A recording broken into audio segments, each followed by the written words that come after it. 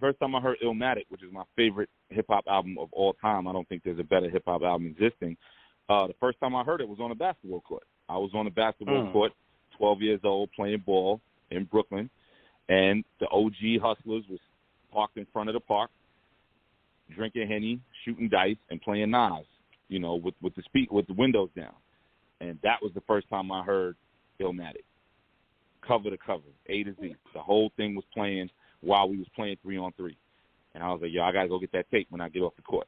And that's what happened. I was 12 years old. That's New York. Man, I mean, April 19th, 1994, Absolutely. was, because Nas's legend had already started. Shout out to Nas, the whole QB, Black Poet, Trad, Gaddafi, Capone, Noriega, Mobb Deep, Prodigy, Rest in Peace, Lakey the Kid, so many, 41st Side North, 41st Side South, so many legends. Infamous Mob, Big Twins, goddamn, we could go all day. But yeah, man, but Nas's legend started, of course, on main sources, breaking out of the album, in 1990, and of course, 1992 off the Zebrahead soundtrack, with Halftime. And then, of course, you fast forward to 94, of course, starts with It Ain't Hard to Tell, which was the official lead single, for what Illmatic was coming, man. I mean, when you heard Illmatic, what was it? Because you're not the only one, Scott, that pretty much gives that album the distinction of being the greatest ever hip-hop album. The Source, when they reviewed it, writers said, this is simply one of the greatest hip-hop albums I've ever heard, period. What do you think? Why do you think that album still resonates so much in hip-hop culture 27 years after its release?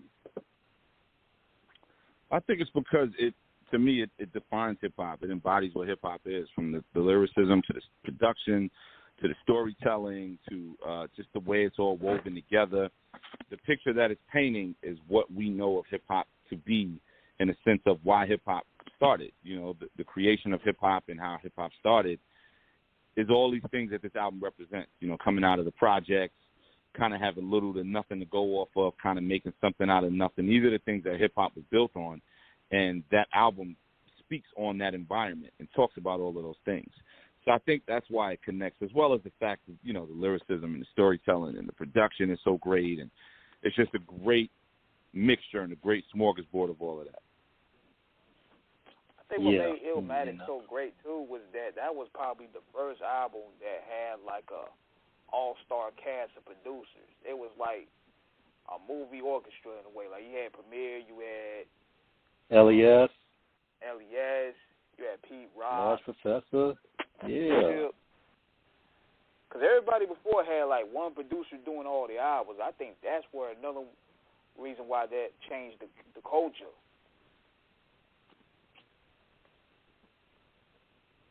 Yeah.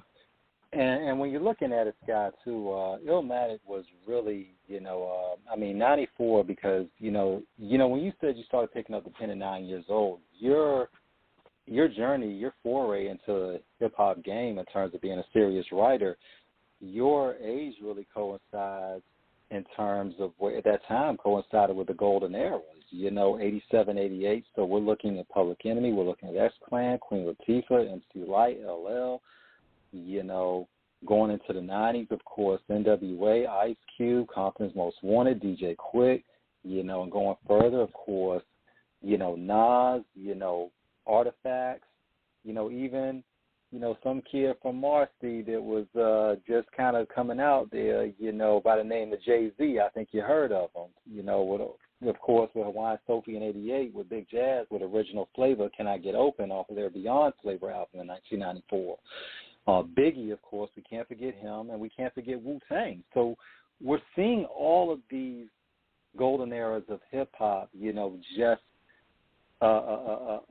just coming together at the time. What was New York like at that time growing up in terms of seeing, like, did you all know the movement of what was happening with all these artists? Because I'm sure you saw a lot of these people before they became big. What was it? Did you all know at that time what it was going to be like in terms of these people you would see around the way they were going to end up becoming legendary? Well, me personally, I didn't see a lot of them because I was a kid. You know, I was born in '82, so I was a kid. You know, but you know, I grew up the block from Biggie, so that's the one person who I did see all the time. You know, that's the one person who I was like, man, like he's on TV, he's on the radio, he's popping now. I remember when he used to be on the block, hanging out in front of the liquor store, or hanging out on the step, or at the corner store. Like I remember that, and now he's popping. But again, I was a little kid. I was 11, 12 years old when he was 20, 21. So it's not like I was hanging out with him. I would just see him in the neighborhood as one of the OGs, you know. But just the feeling of that time period was amazing. It's something that is reflected in my music, you know. That feeling of that time period was so incredible, you know, just the way the music was being pumped out and what it sounded like. And, you know, New York really was running the scene, and you had a lot of music coming from other places. But I used to go to South Carolina every summer as a kid because my family background is from South Carolina.